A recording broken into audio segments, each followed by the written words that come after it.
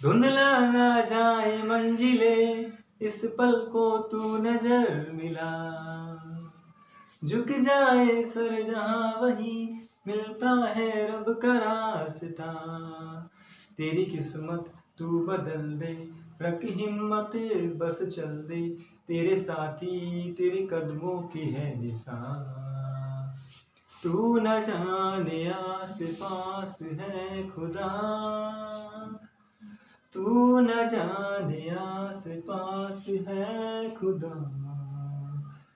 दोस्तों, myself Hitesh Sharma, let's start very beautiful lecture regarding GOC isomerism part 7. This is our last part regarding isomerism. कुछ बच्चे isomerism से bore हो गए होंगे, कुछ टीचर्स भी कि सर आइसोमेरिज्म को इतना लंबा खींचते जा रहे हैं, लेकिन दोस्तों जिसने मेरे 7 पार्ट्स देख लिए ना आइसोमेरिज्म के, उसका आइसोमेरिज्म के ऊपर एक भी क्वेश्चन गलत नहीं होगा, दिस इज गारंटेड। ठीक है, क्योंकि सब में मैंने ब्यूटीफुल कॉन्सेप्ट डाले हैं। पिछले लेक्चर में आइसोमेरिज्म के पार्ट नंबर 6 में ध्यान रखना, बहुत ही ब्यूटीफुल लेक्चर था वो। उससे मैंने आरएस नोमेनक्लेचर निकालना सिखाया है। जेई मेंस और नीट आरएस नोमेनक्लेचर के ऊपर डायरेक्ट क्वेश्चन देता है। आपको 4 कॉन्फ़िगरेशन दे रखी हो, आपसे पूछ ले इस कॉन्फ़िगरेशन में से कौन सा आर कॉन्फ़िगरेशन है, कौन सा एस कॉन्फ़िगरेशन है, कौन सा एनंटियोमर्स है, कौन से डायस्टीरोमर्स है और कौन से मीजो कंपाउंड्स है, ये मैंने आपको देखना सिखा दिया है। ठीक है, तो let's start very beautiful lecture regarding part number 7। ठीक है, और कैलकुलेशन ऑफ ऑप्टिकली आइसोमर्स। देखो क्वेश्चन क्या आएगा, पहले तो एग्जाम में क्वेश्चन 2 तरह के आते हैं। एक तो calculation of optically active isomers, केवल ऑप्टिकली एक्टिव आइसोमर्स निकालना फर्स्ट। ठीक है, दूसरा आएगा calculation of optical isomers.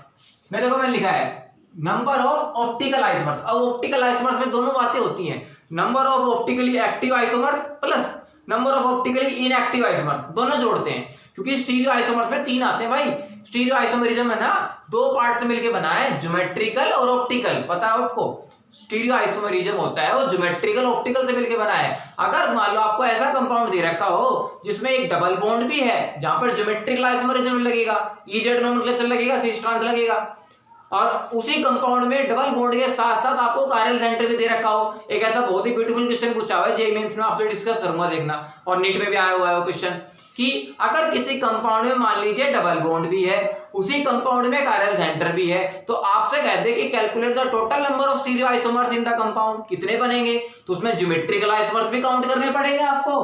Total number of geometrical isomers GI plus number of optical isomers. अब ऑप्टिकल आइसोमर्स में दोनों आएंगे, ऑप्टिकली एक्टिव भी देखना है और इनएक्टिव भी देखना है। तो this is the very important fundamental. तो इन दोनों को जोड़कर क्या बनेगा? इन दोनों को जोड़कर बनेगा total number of stereo isomers. तो पहले आपको सिखा रहा हूं मैं नंबर ऑफ ऑप्टिकल आइसोमर्स निकालना, और फिर मैं इजेड नोमेनक्लेचर सिखा दूंगा, और इजेड के बेस पर आपको सिखाऊंगा ज्योमेट्रिकल आइसोमर्स निकालना, और इन दोनों को जोड़कर हम क्या सीख जाएंगे? Total number of stereo isomers निकालना। हिट द लाइक बटन, समझ में आ गया? चलिए आगे बढ़ते हैं लेक्चर के बाद। थोड़ा सा प्लेटफॉर्म तैयार करना बहुत जरूरी होता है कि हम लेक्चर में की डेप्थ में जाएंगे तो हम क्या क्या पढ़ेंगे आज हम ये पहले पढ़ेंगे। पहले केस फर्स्ट देखो, ये केस फर्स्ट है ना, मैंने पार्ट 6 के लेक्चर में डिस्कस किया है। पार्ट 6 के अंदर अगर कंपाउंड सिमेट्रिकल हो, देखो केस फर्स्ट देखो ऑप्टिकल आइसोमर्स निकालने का, अगर कंपाउंड अनसिमेट्रिकल हो तो मेरी बात सुन लो भाई, मीजो कंपाउंड्स में क्या होता है? Meso compounds are optically inactive, क्योंकि उसमें एक फिनोमेना काम करता है, internal compensation. The one half of the molecule becomes the mirror image of the another half of the molecule. जैसे मैं आपको एग्जांपल दूं, जैसे COOH, यहां भी OH है, यहां पे H है, यहां OH है, यहां पर H है, और यहां भी COOH है। अगर इस मॉलिक्यूल को यहां पर मिरर प्लेन पास कर दे तो इसको मैं मिरर प्लेन भी कह सकता हूं, इसको मैं प्लेन ऑफ सिमेट्री भी कह सकता हूं। तो यहां पर अगर मिरर प्लेन है, इस मॉलिक्यूल का नीचे का जो हाफ है वो ऊपर वाले हाफ की क्या है? बिल्कुल हूबहू मिरर इमेज है। तो अगर किसी मॉलिक्यूल का वन हाफ दूसरे हाफ की मिरर इमेज बन जाए और कंपाउंड के अंदर प्लेन ऑफ सिमेट्री पास हो जाए, उस कंपाउंड को बोलते हैं मीजो कंपाउंड, और उसमें कायरल सेंटर 2 मिलेंगे और दोनों टर्मिनल है वो सिमिलर मिलेंगे, मतलब कंपाउंड सिमेट्रिकल होगा किसी न किसी तरीके से। और सिमेट्रिकल मॉलिक्यूल्स में अगर प्लेन ऑफ सिमेट्री हो तो कंपाउंड मीजो होते हैं। Meso compounds are optically inactive due to internal compensation. ये बातें हम डिस्कस कर चुके हैं। तो अगर कंपाउंड अनसिमेट्रिकल हो, जैसे इस कंपाउंड को मैं अनसिमेट्रिकल करके दिखाऊं, जैसे मान लो मैं यहां पर CH3 कर दूं, तो भाई ये अनसिमेट्रिकल हो गया, क्योंकि COOH के सामने COOH नहीं है अब की बार, तो ये दिस कंपाउंड बिकम अनसिमेट्रिकल। तो अनसिमेट्रिकल कंपाउंड में यहां पर मीजो नहीं आएगा मेरे भाई, क्योंकि मीजो वहीं आता है जब प्लेन ऑफ सिमेट्री होती है। ठीक है, तो ऐसे बात ध्यान रखेंगे। तो मैं यहाँ पे स्पेशल वर्ड लिखा है, देखो अगर कंपाउंड अनसिमेट्रिकल हो तो ऑप्टिकल एक्टिव आइसोमर्स निकालने का फार्मूला है, क्योंकि अगर कंपाउंड अनसिमेट्रिकल है ना, पहली बात तो सारे आइसोमर ऑप्टिकली एक्टिव ही होंगे, इनएक्टिव होगा ही नहीं। क्यों? इनएक्टिव तब होता है जब मीजो आ जाए, और मीजो कब आएगा? जब कंपाउंड सिमेट्रिकल होगा। तो पहली बात सुनो, अगर कंपाउंड अनसिमेट्रिकल हो मेरे भाई तो 2 की पावर n कर देते हैं फार्मूला, और n क्या होता है? Number of chiral centre. तो और इसमें लिख देता हूं, अगर कंपाउंड अनसिमेट्रिकल हो तो उस कंपाउंड में मीजो नहीं होगा। समझ में आ गया? मीजो क्या होंगे? 0। अब एक एग्जांपल दे दूं आपको, निकाल के देख लेना। जब पिछला एग्जांपल मैंने डिस्कस किया था आपसे, वो भी फिर से ले लेते हैं। जैसे एक एग्जांपल है 2,3 डाइक्लोरो पेंटेन, 2,3 डाइक्लोरो पेंटेन। मैं इतने से जगह में आपको चारों आइसोमर बना के दिखा दूंगा। देखो 2,3 डाइक्लोरो पेंटेन क्या बनेगा? यहां पर CH3 है, HCl HCl, और यहां पर कर दिया C2H5। अब देखो 1 2 3 4 5 पेंटेन हो गया। देखो 2 पे क्लोरो है, 3 पे क्लोरो है, तो ये स्ट्रक्चर समझ में आ गया आपको। ये फिशर प्रोजेक्शन मैंने बनाया है, ठीक है। फिशर प्रोजेक्शन में RS नोमेनक्लेचर मैंने निकालना सिखा दिया है, आप पार्ट 6 का लेक्चर से जाके देख सकते हैं RS नोमेनक्लेचर का, ठीक है। तो 2,3 डाइक्लोरोपेंटेन, पहली बात तो देखो यहाँ पर CH3 है, यहाँ पर C2H5 है, इसका मतलब इस कंपाउंड में सिमेट्री तो नहीं है, ये कंपाउंड अनसिमेट्रिकल हो गया। और अनसिमेट्रिकल मॉलिक्यूल में 2 की पावर n को अप्लाई करके हम क्या निकाल सकते हैं? Total number of optical active isomer. 2 की पावर n किसका निकालने का फार्मूला है? Number of optically active isomers निकालने का फार्मूला है, क्योंकि इनएक्टिव तो होगा ही नहीं। 2 की पावर n कायरल सेंटर कितने हैं? 2 कायरल सेंटर। देखो ये कार्बन पे स्टार लगा देते हैं भाई, सितारा, और यहां भी स्टार लगा देते हैं, एक और सितारा, सितारा। तो 2 सितारे लग गए, इसका मतलब दोनों कार्बन क्या है? कायरल सेंटर, और 2 कायरल सेंटर है तो 2 की पावर 2 कितने आइसोमर बनेंगे? यहाँ पर 4 आइसोमर बनेंगे। सर 4 आइसोमर बना के तो दिखाओ। बिल्कुल बना के दिखाएंगे मेरे भाई।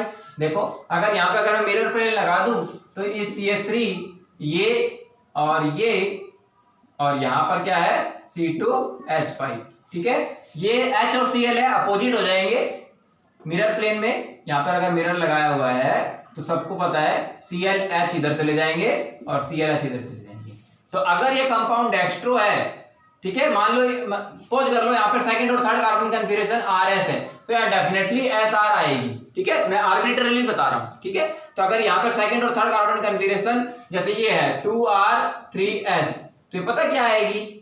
ये आएगी 2S3R आएगी ऑटोमेटिकली। अब ये तो हो गए 2 आइसोमर। सर आपने तो 4 बोले हैं, 4 भी बनाएंगे भाई। पहले यहाँ देखो ये दोनों क्या है? हाइड्रोजन सिस पोजीशन पर है, तो ये भी सिस ही रहेंगे। सिस की मिरर इमेज सिस बनती है, ट्रांस की मिरर इमेज ट्रांस बनती है।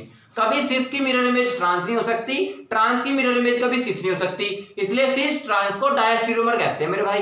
डायस्टेरियोमर क्या होते हैं? जो आपस में मिरर इमेज ना हो, ठीक है। कल मैंने एग्जांपल भी दिया था आपको पार्ट नंबर 6 के अंदर, तो समझ में आ गया। अब देखो ये H के सामने मैं H कर देता हूं और Cl के सामने Cl कर देता हूं, तो बताओ ये ट्रांस हो गया कि नहीं हो गया? और ट्रांस की मिरर इमेज ट्रांस ही बनेगी। ये H वहां चला जाएगा और ये H यहां आ जाएगा, ठीक है। तो अगर मैं कह दूं ये 2R 3R है, ठीक है, तो इसकी मिरर इमेज क्या आएगी? 2S 3S बन गए ना टोटल 4 आइसोमर। तो इसके अलावा और पॉसिबिलिटी बताइए, नहीं है ना। तो इस तरीके से आप क्वेश्चन को टैकल कर सकते हैं मेरे भाई, ठीक है। आगे समझ में। तो अगर कंपाउंड अनसिमेट्रिकल है तो पहले कंपाउंड तो मीजो नहीं होगा, और दूसरा उसमें 2 कायरल सेंटर है तो कितने ऑप्टिकल एक्टिव आइसोमर बनेंगे? 4 बनेंगे, ठीक है। सारी बात बता दी। सिस ट्रांस आपस में डायस्टेरियोमर होते हैं, और जो आपस में नॉन सुपरइम्पोजेबल मिरर इमेज हो वो एनंटियोमर होते हैं। एनंटियोमर डायस्टेरियोमर के बारे में पूरा ज्ञान लेना हो आपको, भांति भांति का ज्ञान, पार्ट नंबर 6 के अंदर जाके देख लेना। RS नोमेनक्लेचर के बाद बढ़ाया है, ठीक है। पहली बात होगी। केस 2, अगर कंपाउंड सिमेट्रिकल है, सिमेट्रिकल का आगे, और सिमेट्रिकल होने के साथ साथ उसमें कायरल सेंटर इवन नंबर है, ये भी ध्यान रखना, क्योंकि इसमें 2 केस आएंगे। तीसरा केस आपको नहीं पढ़ाऊंगा मैं, तीसरा केस थोड़ा सा ऑब्वियस ही है। और केस नंबर 1 में एक बात और बता दूं, जैसे आपसे बहुत ब्यूटीफुल क्वेश्चन पूछ रहा हूं मैं, बड़े ध्यान से बताना। आप मुझे बताओ दोस्तों, ग्लूकोज के अंदर कितने number of optically active isomer है? पहला क्वेश्चन नीट डायरेक्ट पूछ सकता है ऐसे क्वेश्चन, और जेई मेंस में भी आ सकते हैं भाई। जेई मेंस भी तो आजकल ऑनलाइन पेपर ले रहा है तो बाल की खाल निकालते हैं। ग्लूकोज के अंदर total number of optical active isomer बता दो मेरे को। एल्डो है जो शुगर है नहीं, एल्डिहाइड ग्रुप होता है और 6 कार्बन होते हैं, ठीक है, बताइए पहला क्वेश्चन। दूसरा, आपको पता है डीएनए आरएनए की नॉलेज है, मेडिकल वालों को बिल्कुल होगी। डीएनए के अंदर शुगर होता है डीऑक्सीराइबोज और आरएनए में शुगर होता है राइबोज, ठीक है। तो मुझे ये बताइए मेरे भाई, राइबोज शुगर के अंदर और डीऑक्सीराइबोज शुगर के अंदर, क्वेश्चन है कितने total number of optical active isomer होंगे? Number of optical active isomer कितने होंगे राइबोज शुगर में और डीऑक्सीराइबोज शुगर में, ठीक है। ऑप्शन दे देता हूं, 8 8 8 4 4 8 या 4 4। देखो कितना बढ़िया क्वेश्चन बनाया है मैंने। मैं कह रहा हूं राइबोज शुगर होता है आरएनए में और डीऑक्सीराइबोज शुगर होता है डीएनए में, ठीक है। 2 डीऑक्सीराइबोज होता है वैसे वो, 2 डीऑक्सीराइबोज। मैं पूछ रहा हूं राइबोज शुगर में कितने ऑप्टिकल एक्टिव आइसोमर बनेंगे और डीऑक्सीराइबोज शुगर में कितने बनेंगे? तो ऑप्शन है 8 8 8 4 4 8 और 4 4। अब जिसको इसकी स्ट्रक्चर नहीं पता ना मेरे भाई, वो नहीं निकाल सकता। ग्लूकोज की जिसको स्ट्रक्चर नहीं पता वो भी नहीं निकाल सकता। या तो 2 चीजें पता होनी चाहिए, या तो ग्लूकोज में पता आपको कायरल सेंटर कितने हैं और वास्तव में ग्लूकोज मॉलिक्यूल सिमेट्रिकल है या अनसिमेट्रिकल है, और दूसरा राइबोज शुगर के अंदर ऑप्टिकल एक्टिव कार्बन कितने हैं, कायरल सेंटर कितने हैं, और डीऑक्सीराइबोज में कायरल सेंटर कितने हैं। तो जिसको ये बात पता है वो आसानी से निकाल लेगा। तो निकाल के दिखाई दे भाई, देखना बड़ा ब्यूटीफुल क्वेश्चन है। मतलब अनसिमेट्रिकल का केस अभी खत्म नहीं हुआ है, अनसिमेट्रिकल का चालू है हमारे पास गेम। चलिए पहले ग्लूकोज के बारे में बताता हूं। देखिए ग्लूकोज में फर्स्ट कार्बन होता है एल्डिहाइड, फिर 4 कार्बन 1 2, थर्ड कार्बन का OH लेफ्ट में होता है, दुनिया को पता है तो बताने की जरूरत नहीं है। फोर्थ कार्बन का 5th कार्बन का राइट में होता है और 6th कार्बन का होता है। छठे कार्बन पे प्राइमरी अल्कोहल होता है, बीच में 4 कार्बन सेकेंडरी अल्कोहल होते हैं और फर्स्ट कार्बन पे एल्डिहाइड होता है, ठीक है। इसका मतलब एल्डिहाइड के सामने एल्डिहाइड आता तब तो सिमेट्रिकल होता, प्राइमरी अल्कोहल के सामने प्राइमरी अल्कोहल आता तब भी सिमेट्रिकल होता, लेकिन ऊपर एल्डिहाइड है। मतलब टर्मिनल ग्रुप अगर डिफरेंट हो ना तो कंपाउंड अनसिमेट्रिकल होता है, बात समझ में आना, ठीक है। अब 1 2 3 4 कितने कायरल सेंटर है? 4 कायरल सेंटर है। तो मेरे भाई 2 की पावर 4 16 आइसोमर होंगे, सोचना नहीं है। ग्लूकोज में 16 ऑप्टिकल एक्टिव आइसोमर होते हैं, 8 डेक्स्ट्रो 8 लीवो, 8 डेक्स्ट्रो 8 लीवो, 8 डेक्स्ट्रो 8 लीवो, याद रखना, ठीक है। अब आते हैं राइबोज शुगर में और डीऑक्सीराइबोज शुगर में। इसी में कर दूं ये क्वेश्चन, क्यों खामखा वेस्ट करे टाइम। ग्लूकोज में तो लिख लेना 16 है। अब देखो राइबोज शुगर बना के दिखाता हूं। पहले राइबोज शुगर में बस इतना होता है, राइबोज और डीऑक्सीराइबोज शुगर दोनों के दोनों दुनिया को पता है पेंटोज शुगर है। कौन सी शुगर है? Pentose sugar. और पेंटोज शुगर में 5 कार्बन होते हैं, 5 कार्बन है तो पहले राइबोज की स्ट्रक्चर तो ये होती है मेरे भाई, ये होता है 1 कार्बन कम कर दिया और इसमें सारे OH है ना एक ही साइड में होते हैं, सारे OH क्या होते हैं एक ही साइड में। तो आप बताओ कायरल सेंटर कितने हो गए? ये राइबोज शुगर की स्ट्रक्चर है, किसकी स्ट्रक्चर है? राइबोज शुगर की। ये आरएनए में होता है, किसमें होता है? आरएनए में होता है, सिंगल स्ट्रैंडेड आरएनए। चलिए अब देखिए 1 2 3 कितने कायरल सेंटर है? 3, तो 2 की पावर 3 मेरे भाई 8 कायरल सेंटर है। किसमें? राइबोज शुगर में 8 कायरल सेंटर होते हैं, नहीं सॉरी 8 ऑप्टिकली एक्टिव आइसोमर होते हैं। समझ में आ गया? अब बात आती है सर ये डीऑक्सीराइबोज का क्या फंडा है? अब राइबोज में तो यहां भी राइबोज आ रहा है, यहां भी आइसोमर 8 होने चाहिए, तो मोस्टली बच्चे ये टिक करके आएंगे, आंसर वही गलत, -1 प्लस माइनस हो जाएगा। अब देखो 2 डीऑक्सीराइबोज होता है पूरा नाम इसका, मतलब सेकंड कार्बन पे ऑक्सीजन नहीं होता, डीएनए। अगर मैं कह दूं ना ये 2 डीऑक्सीराइबोज शुगर है, 2 डीऑक्सीराइबोज, और ये शुगर किस में होता है? डीएनए में होता है। इसका मतलब 2 डीऑक्सी का मतलब पता है? डी का मतलब रिमूवल, ऑक्सी का मतलब ऑक्सीजन। इसमें सेकंड कार्बन पे ऑक्सीजन नहीं होता, और मेरे भाई सेकंड कार्बन पे ऑक्सीजन नहीं है ना, तो OH की जगह H है, तो इस कार्बन पे दोनों ग्रुप तो सेम हो गए चारों। ये कायरल कार्बन कैसे हुआ? कायरल कार्बन तो 2 ही बचे, अब कितने बचे? 2, तो 2 की पावर 2 करना मेरे भाई, कितने आएंगे? 4 आएंगे। क्या आएंगे? 4। तो 8 4 आंसर इसका। अब तक पूछा जेईई मेंस ने नीट ने क्वेश्चन, खबर भी नहीं उनको ये क्वेश्चन कितना इंटरेस्टिंग है, बन सकता है। बच्चे सारे चीते इस क्वेश्चन में, जिनको राइबोज और डीऑक्सीराइबोज शुगर की नॉलेज नहीं है। मैं पेपर सेट करूँ तो ऐसे ऐसे क्वेश्चन तो मजे भी आए आपको, बच्चों को भी पता लगे कि हाँ वास्तव में कुछ स्टैंडर्ड का पेपर बना है, ठीक है। बड़े बकवास से क्वेश्चन दे देते हैं ऑप्टिकल एक्टिव आइसोमर निकालने के। अगर कंपाउंड सिमेट्रिकल है और ऑप्टिकल एक्टिव आइसोमर निकालने हो, अगर कायरल सेंटर कितने हो, even number of chiral centre. Symmetrical की बात करता हूं पहली बात तो, ठीक है। एग्जांपल लेता हूं भाई साहब, एग्जांपल ले लिया 2,3 डाईहाइड्रोक्सी, सबसे ज्यादा क्वेश्चन पूछा जाता है ये, 2,3 dihydroxy butane 1,4 dioic acid. Tartaric acid का फार्मूला है ये, इसका फार्मूला है tartaric acid. It is present in खट्टे खट्टे अंगूर। 2,3 डाईहाइड्रोक्सी ब्यूटेन 1,4 डाइओइक एसिड। पहली बात तो वर्ड रूट क्या है, ब्यूट। 4 कार्बन लाइन में लगाई दो, फर्स्ट कार्बन पे और फोर्थ कार्बन पे COOH है, फर्स्ट पे फोर्थ पे डाइओइक एसिड है। सिमेट्रिकल चेन आ गई। जब एंड सिमेट्रिकल हो समझ जाओ कंपाउंड में सिमेट्री आएगी मेरे भाई। 2 और 3 पे हाइड्रोक्सी है, तो एक OH यहां पर, एक OH यहां पर, एक H यहां पर, एक H यहां पर। अगर यहां से मिरर प्लेन पास कर दूं, ये कंपाउंड मीजो है, और कितने भी कोशिश कर लो मीजो की मिरर इमेज मीजो ही बनती है। कोई रोक सकता है उसको? अरे मीजो की मिरर इमेज मीजो ही बनेगी। ये HH उधर है, OH इधर आ जाएंगे, H उधर चले जाएंगे, यहां भी तो प्लेन पास हो सकता है, तो मीजो की मिरर इमेज क्या बनती है, मीजो ही बनती है। समझ में आ गया? तो 2 में से कोई एक काउंट करना है, ये मैं समझना सर। ऑप्टिकल आइसोमर निकालने हैं तो 2 तो ये हो गए। अब सब बच्चों को पता क्या लगता है, कायरल सेंटर कितने हैं, यहाँ पर 2 कायरल सेंटर है, तो सब क्या क्या आ जाएंगे सर, 4 हमें आइसोमर है। लेकिन सिमेट्रिकल मॉलिक्यूल्स में देख लो, ऑप्टिकली एक्टिव आइसोमर निकालने का फार्मूला है 2 की पावर n माइनस 1। 2 की पावर n नहीं, 2 की पावर n माइनस 1। तो देखो 2 तो ये रे, 2 तो ये रे, और इसमें क्या है, हाइड्रोजन 6 पोजीशन पर है, ट्रांस पे कर देता हूं, तो 2 पॉसिबिलिटी क्या आएगी, हाइड्रोजन के सामने हाइड्रोजन, OH के सामने OH, और इसकी मिरर इमेज और बना लो COOH। ये दोनों, सॉरी यहाँ पे क्या कर दिया, OH के सामने H, ठीक है। तो यहाँ पर OH इधर आ जाएगा, H उधर चला जाएगा, ये OH उधर चला जाएगा, H इधर आ जाएगा, ठीक है।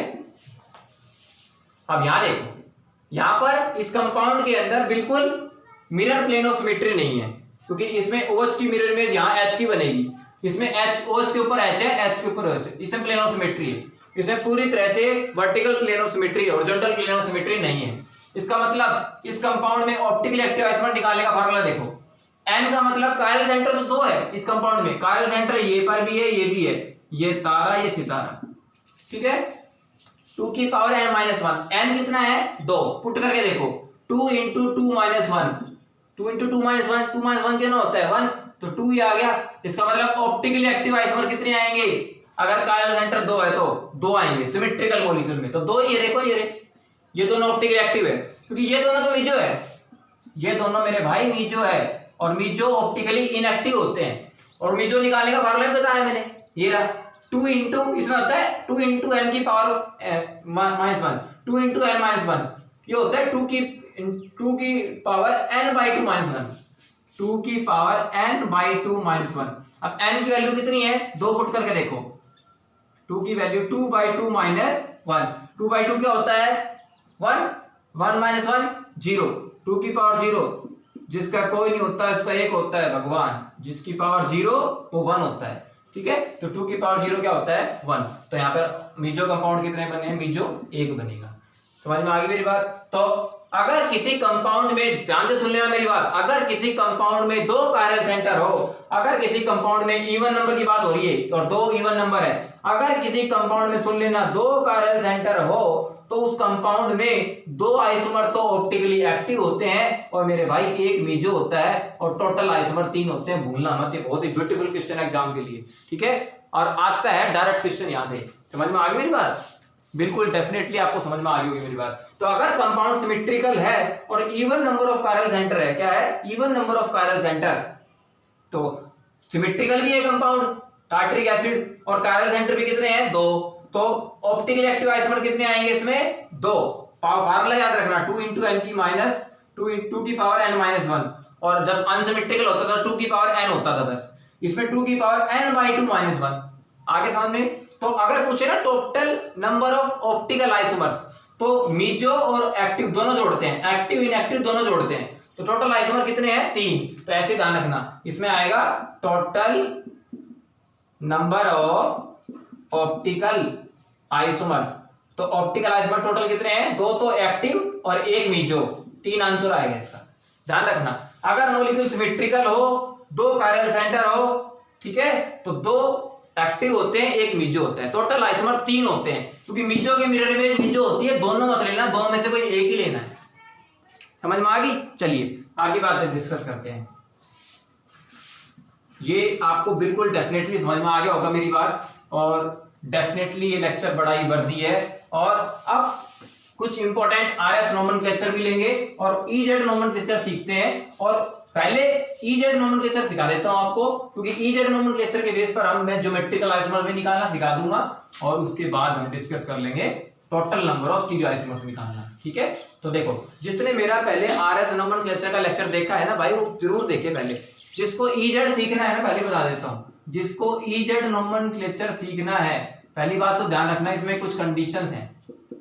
पहली बात तो कार्बन कार्बन डबल बॉन्ड होना चाहिए, मतलब यहाँ पे कायरल सेंटर की बात में ढूंढना, कायरल सेंटर की बात में बैठे रहो और मैं ईजेड निकालूंगा, ईजेड निकालूंगा। भाई ईजेड नोमेनक्लेचर निकालते हैं जिन कंपाउंड में डबल बॉन्ड हो, ठीक है, एल्कीन में निकलता है ये। जैसे सिस ट्रांस फेल हो गया था तो अब ईजेड की रिक्वायरमेंट आई थी, ठीक है। तो कंपाउंड में मल्टीपल बॉन्ड होना चाहिए, नहीं कि डबल बॉन्ड हो, केवल ट्रिपल बॉन्ड नहीं, केवल डबल बॉन्ड, ठीक है। हाँ, और there should be restricted rotation, ये भी दूसरी कंडीशन है।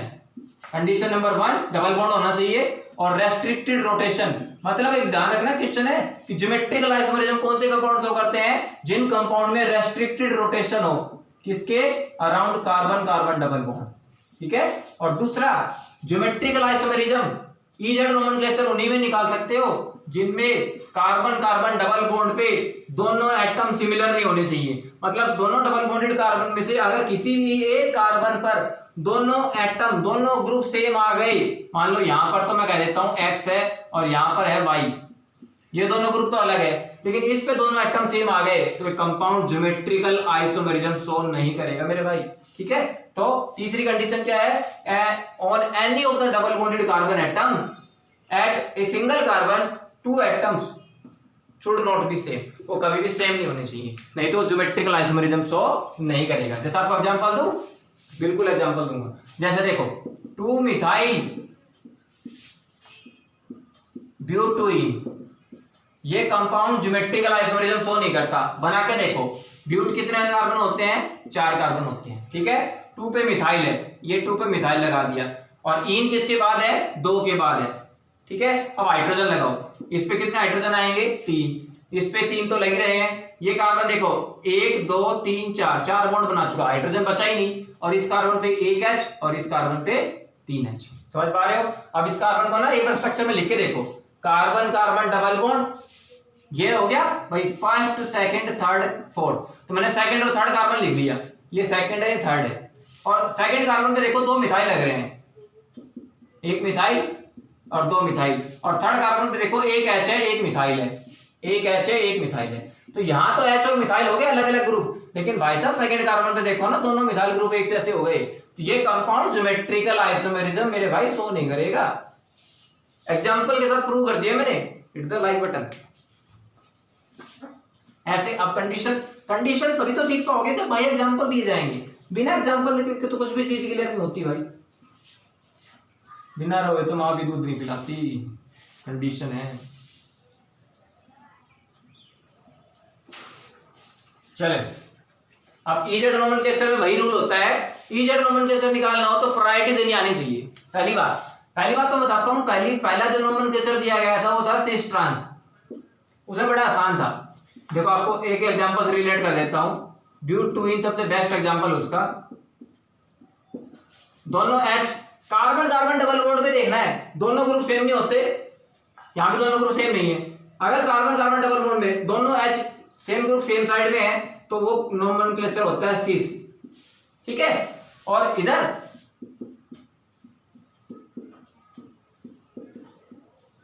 CH3 के सामने CH3 आ जाए और H के सामने H आ जाए, सेम ग्रुप सेम साइड में हो और अक्रॉस हो, अक्रॉस का मतलब अपोजिट हो, तो वो होता है ट्रांस। अब सिस ट्रांस से सिखा दूं आपको, सिस और ट्रांस से इजेड सिखा दूं, यही तो लॉजिक है। मैं सिस ट्रांस से इजेड सिखाता हूं, ठीक है। पहली बात तो क्लियर करता हूं कि सिस ट्रांस फेल कहां पर हो गया।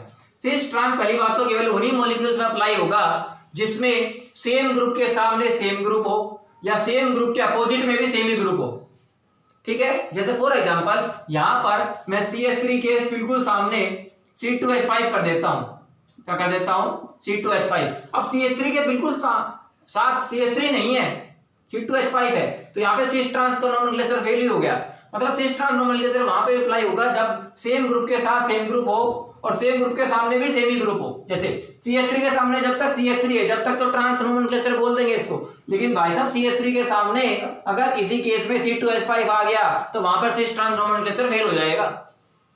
इसका मतलब यहाँ पे प्रायोरिटी का बहुत इंपॉर्टेंट रोल है, और प्रायोरिटी का रूल कौन बताता है, इजेड नोमेनक्लेचर बताते हैं मेरे भाई।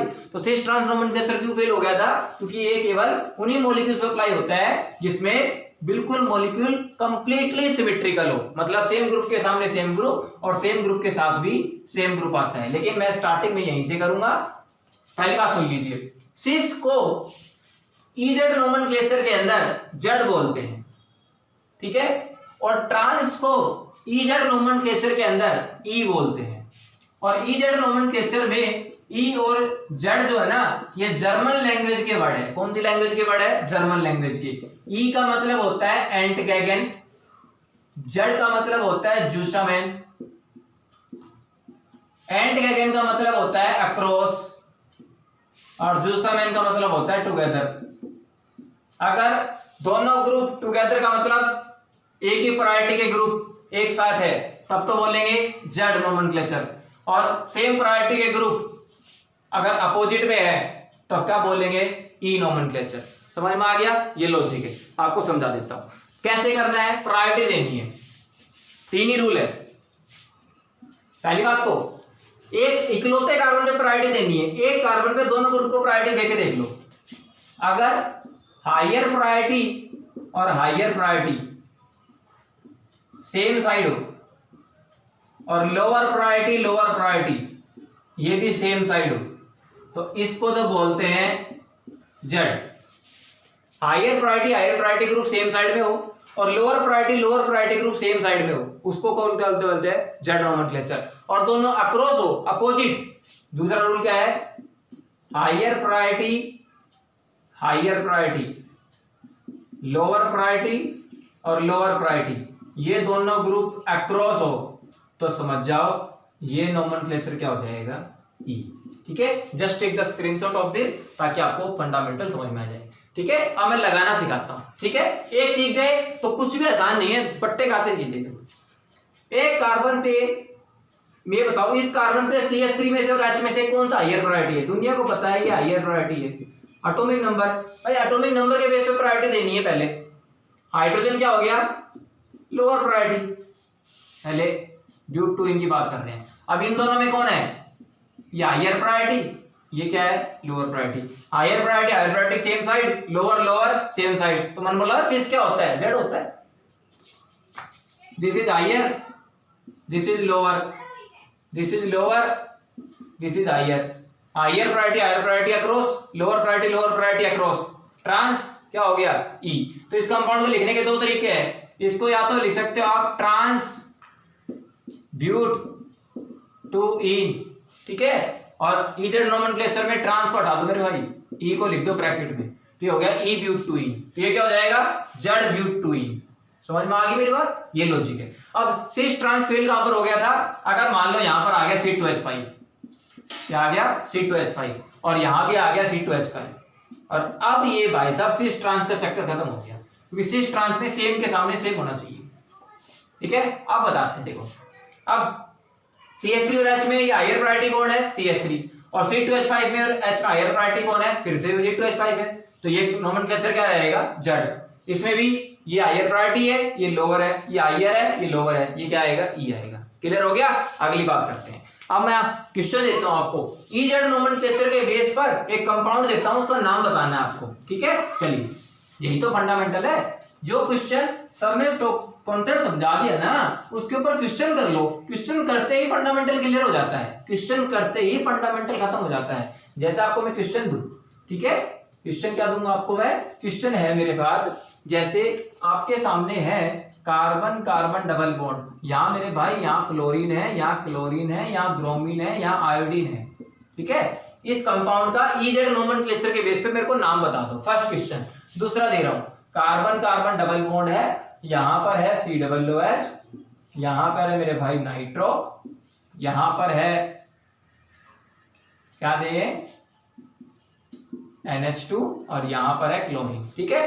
इस कंपाउंड का इजेड नोमेनक्लेचर बताना है। इसका नोमेनक्लेचर बताओ इजेड, इसका नोमेनक्लेचर बताओ इजेड। और देता हूं कार्बन कार्बन डबल बॉन्ड, यहाँ पे COOH है मेरे भाई, यहाँ भी COOH है मेरे भाई, यहाँ पर H है और यहाँ पर भी क्या है H है। एक और देता हूँ, कार्बन कार्बन डबल बॉन्ड है, यहाँ पर COOH है मेरे भाई और अपोजिट में भी COOH है, यहाँ पर H है और यहाँ पर H है मेरे भाई। एक और दे देता हूँ, कार्बन कार्बन डबल बॉन्ड है, यहाँ पर है C6H5, ठीक है, फिनाइल रिंग लगा देता हूँ, यहाँ पर फिनाइल रिंग है, यहाँ पर H है, यहाँ पर H है, यहाँ पर COOH है, ठीक है। इन चारों कंपाउंड के 1 2 3 4 5 आईयूपीएसी नोमेनक्लेचर बताओ इजेड के बेस पर। जिसने क्वेश्चन कर दिया वो मेरे मामले में उसको इजेड नोमेनक्लेचर आ गया, समझ लो। Questions makes the concept perfect, ठीक है, परफेक्ट, और practice make the man perfect and women also, ये तो आपको पता ही है।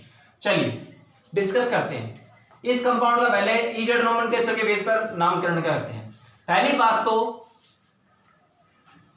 इस कंपाउंड के अंदर कार्बन कार्बन डबल बॉन्ड आ रहे हैं, ये फ्लोरीन और क्लोरीन दोनों में से भाई साहब सबको पता है हायर प्रायोरिटी ग्रुप कौन है, क्लोरीन, और फ्लोरीन क्या है, लोअर प्रायोरिटी। इधर आ जाओ, ब्रोमीन आयोडीन में एटॉमिक नंबर किसका ज्यादा है, दुनिया को पता है आयोडीन का, ये हायर प्रायोरिटी है, ये लोअर प्रायोरिटी है, ठीक है। अब देखो लोअर लोअर एक साइड, हायर हायर एक साइड, तो ये तो हो गया टुगेदर जेड, नोमेनक्लेचर तो इसका जेड है। बात आती है आईयूपीएसी नेम की, वो बात करते हैं। अब इसमें नंबरिंग कहां से करेंगे, इधर से या उधर से?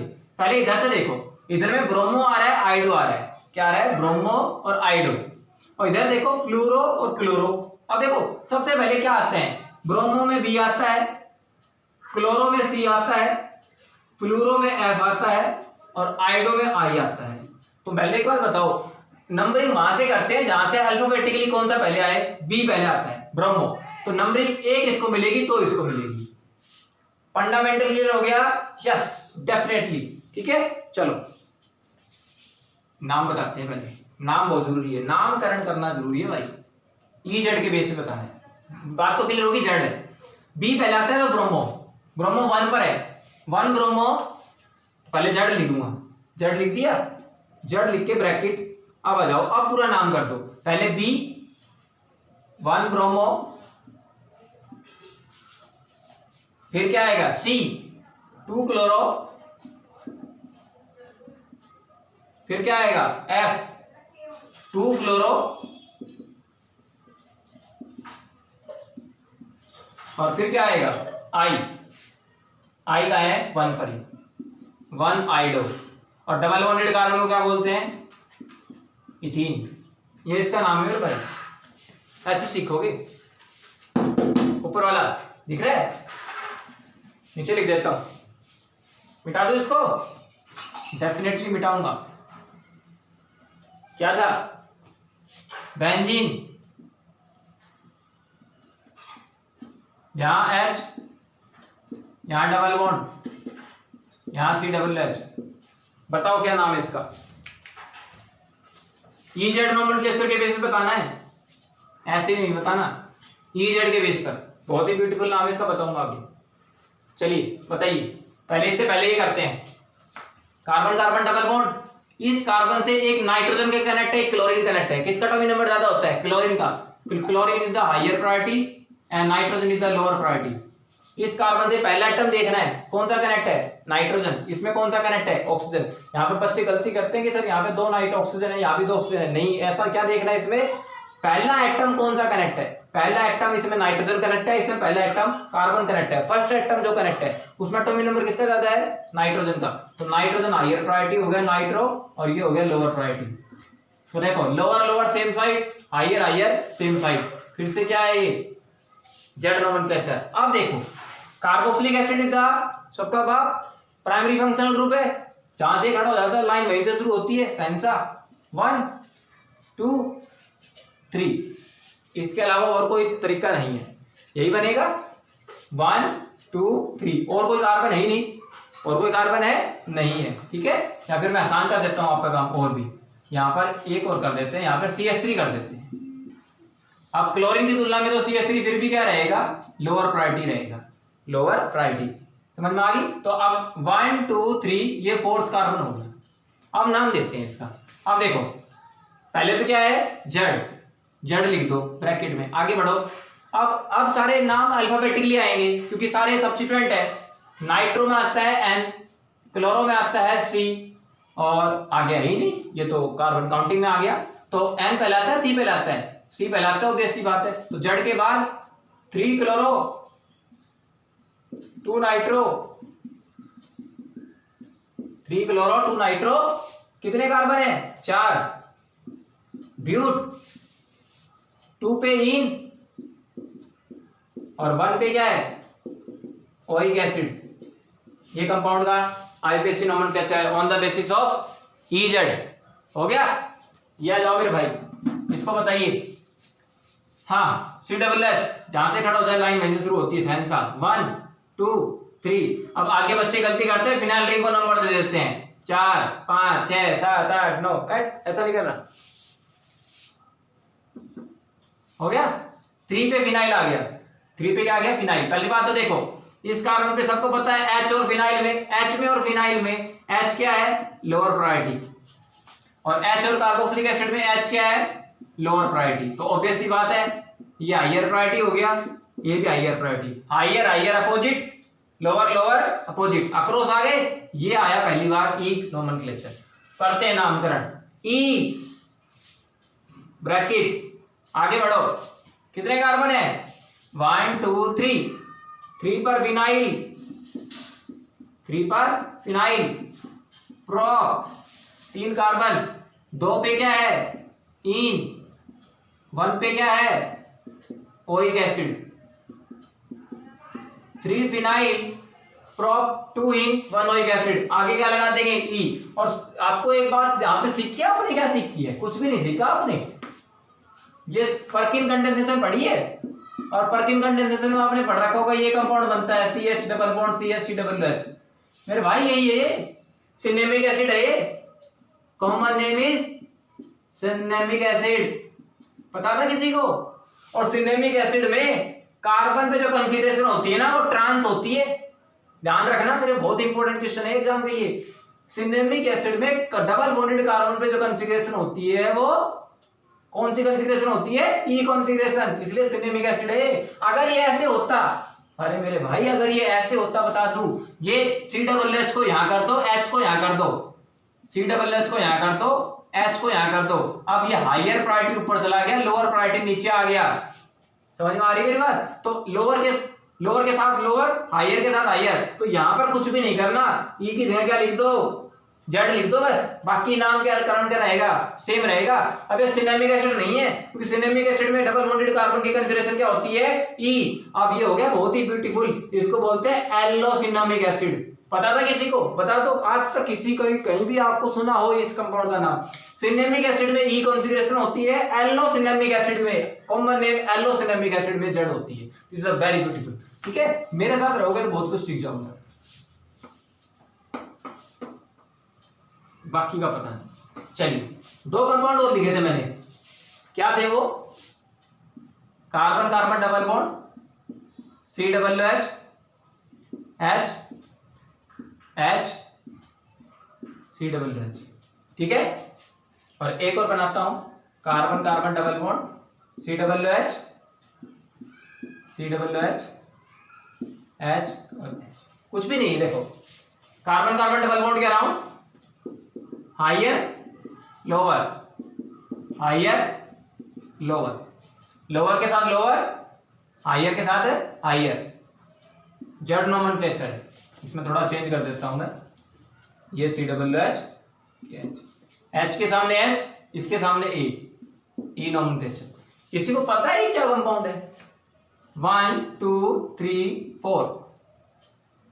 अगर डबल बॉन्डेड कार्बन पे दोनों तरफ COOH लग रहे हो, जेड नोमेनक्लेचर हो, ये वैसे तो बता दूं सिस केस के अंदर मैलिक एसिड बोलते हैं इसको, और ट्रांस हो ई के केस में फ्यूमेरिक एसिड बोलते हैं। मतलब मैलिक एसिड और फ्यूमेरिक एसिड दोनों आपस में एक दूसरे के क्या है? Geometrical isomers. पहला बहुत ही ब्यूटीफुल क्वेश्चन एग्जाम के लिए, मैलिक एसिड आपसे पूछ ले मैलिक एसिड और फ्यूमेरिक एसिड में आपस में रिलेशन क्या है? मैलिक एसिड और fumaric acid are both are geometrical isomers both of with respect to each other. यहाँ पे जेड होता है, फ्यूमेरिक एसिड में ई नोमेनक्लेचर होता है। ठीक है, नामकरण आप कर दोगे। जेड, जेड के बाद क्या आएगा? कुछ भी नहीं है, ब्यूटा 1,4 डाइओइक एसिड, और यहां पर क्या हो जाएगा? ई के बाद ब्यूटा 1,4 डाइओइक एसिड। इसको कहते हैं मैलिक एसिड, उसको कहते हैं फ्यूमेरिक एसिड। दोनों में आपस में क्या होता है? ई जेड नोमेनक्लेचर होता है। और साथ साथ याद रखना आपको, फ्यूमेरिक एसिड होता है एफ। कैसे याद रखोगे? ई के बाद एफ आता है, ई कॉन्फ़िगरेशन फ्यूमेरिक एसिड में होती है, ऐसे याद रखना। ई के बाद क्या आता है? एफ।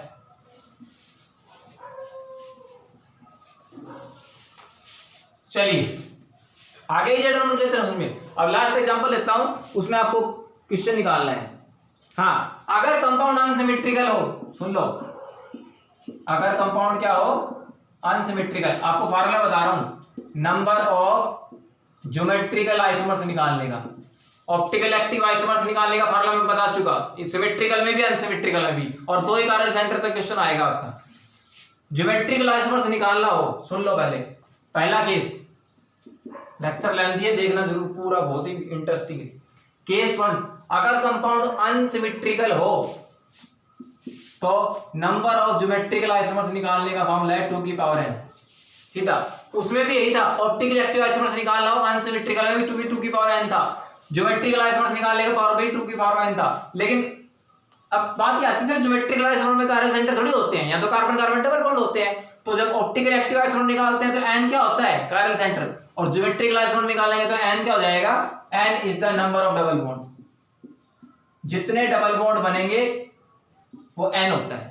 ठीक है, हाँ, 2 डबल बॉन्ड है तो 4, 3 डबल बॉन्ड है तो 8, ऐसे आइसोमर निकलते चले जाएंगे। दूसरा केस बड़ा आसान है, अगर कोई कंपाउंड सिमेट्रिकल है, जैसे अभी आया था ब्यूटूइन क्या था? सिमेट्रिकल अल्कीन के केस में ध्यान रखना है, अगर कंपाउंड दोनों तरह से सिमेट्रिकल हो तो उसका फार्मूला आपको बता दूं, फार्मूला थोड़ा सा टेडियस है, लेकिन यार बिल्कुल डायरेक्ट शॉर्ट ट्रिक के साथ बताता हूं। 2 की पावर n माइनस 1, 2 की पावर m माइनस 1। ये थोड़ा सा फार्मूला आपको टेडियस लगेगा, प्लस आएगा बीच में, ये फार्मूला आपको याद रखना है।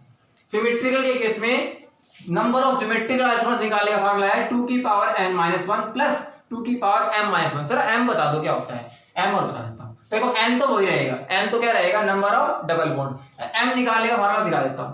m निकालने के 2 फार्मूले होते हैं। m निकालने का फार्मूला एक तो होता है m = n/2। अगर n इवन है तो पहला बात, अगर मतलब कंपाउंड में डबल बॉन्ड इवन नंबर में है, 2 double bond, 4 double bond, 6 double bond, 8 double bond, n की वैल्यू इवन है, तब तो m क्या निकालोगे? m निकालने के लिए n/2 कर दो। क्या कर दो? n/2 अप्लाई करके देख लेना।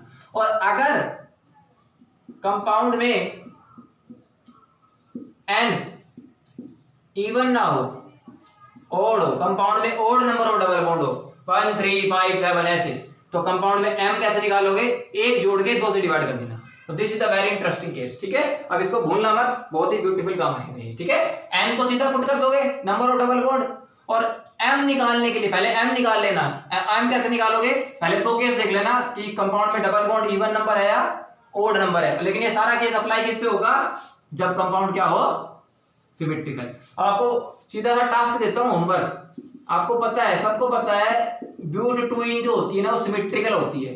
ब्यूटटूइन क्या होती है? सिमेट्रिकल। इसके अंदर ज्योमेट्रिकल आइसोमर्स निकाल के देख लेना। क्या निकाल के देख लेना? Geometrical isomers. आपको आंसर क्लियर आ जाएगा। ठीक है, और ये हो गया किसके अंदर? नंबर ऑफ ज्योमेट्रिकल आइसोमर्स, अगर कंपाउंड क्या हो? अनसिमेट्रिकल हो। तो कर लोगे, बिल्कुल डेफिनेटली हो जाना चाहिए आपका, ठीक है। That's all from the. अब एक क्वेश्चन और दे देता हूं आपको, एक ऐसा क्वेश्चन देता हूं आपको जिसमें ज्योमेट्रिकल और ऑप्टिकल दोनों कंपाउंड आइसोमर निकालना हो। This is the last question, फिर उसके बाद फिनिश करते हैं। मेरे को लग रहा है कि यहाँ पर एक क्लास और लेनी पड़ेगी जहां पर हम कुछ इंपॉर्टेंट बातों को भी डिस्कस कर लें। चलिए एक पॉइंट और रह गया। हाँ, ये क्वेश्चन है मेरे पास, ध्यान से सुनना। 4 bromo X 5 bromo X2 I think discuss करते हैं इसको अगले पार्ट में ले लेते हैं। एक 15-20 मिनट का लेक्चर और बन जाएगा, कोई दिक्कत नहीं है, लेकिन मैं चाहता हूँ लेक्चर लेंथी ना हो क्योंकि बच्चे ज्यादा ज्यादा देखें इस लेक्चर को। हाँ, कुछ क्वेश्चन मैं देख रहा हूँ, नीचे मेरे पास कॉपी लिखी होती है, क्वेश्चन में कॉपी में नोट्स नहीं है, कॉपी में ये होता है कि मेरे को क्या पढ़ाना है, कुछ छूट ना जाए बात, ठीक है। तो मेरे पास 1 2 3 4 5 6 क्वेश्चन तो अभी भी रह गए हैं। इसका मतलब ये लेक्चर लेंथी नहीं करना चाहता मैं, 6 क्वेश्चंस को मैं अगले पार्ट में डाल दूंगा। लेकिन वो पार्ट क्या रहेगा, previous year question session on the complete isomerism. अब तक पार्ट 6 पढ़ लिए हैं, 7 पार्ट के अंदर जितने भी क्वेश्चन आपके बनते हैं कमेंट बॉक्स में पूछना, डेफिनेटली आंसर दूंगा। और आपको पता है कमेंट बॉक्स में सबसे फास्ट आंसर देते हैं सर ही देते हैं और हमेशा ऑनलाइन रहते हैं। चलिए, तो आंसर आप पूछेंगे, 4-5-6 क्वेश्चन बच रहे हैं, पार्ट नंबर 8 में डिस्कस करते हैं। पार्ट नंबर 8 नहीं होगा, वो actually previous year question session होगा पूरे आइसोमेरिज्म के ऊपर। तो thank you so much for the patient listening, और लक्ष्य को आराम में पाना है, ठीक है। हाँ, यही रास्ता है तेरा, तूने अब जाना है।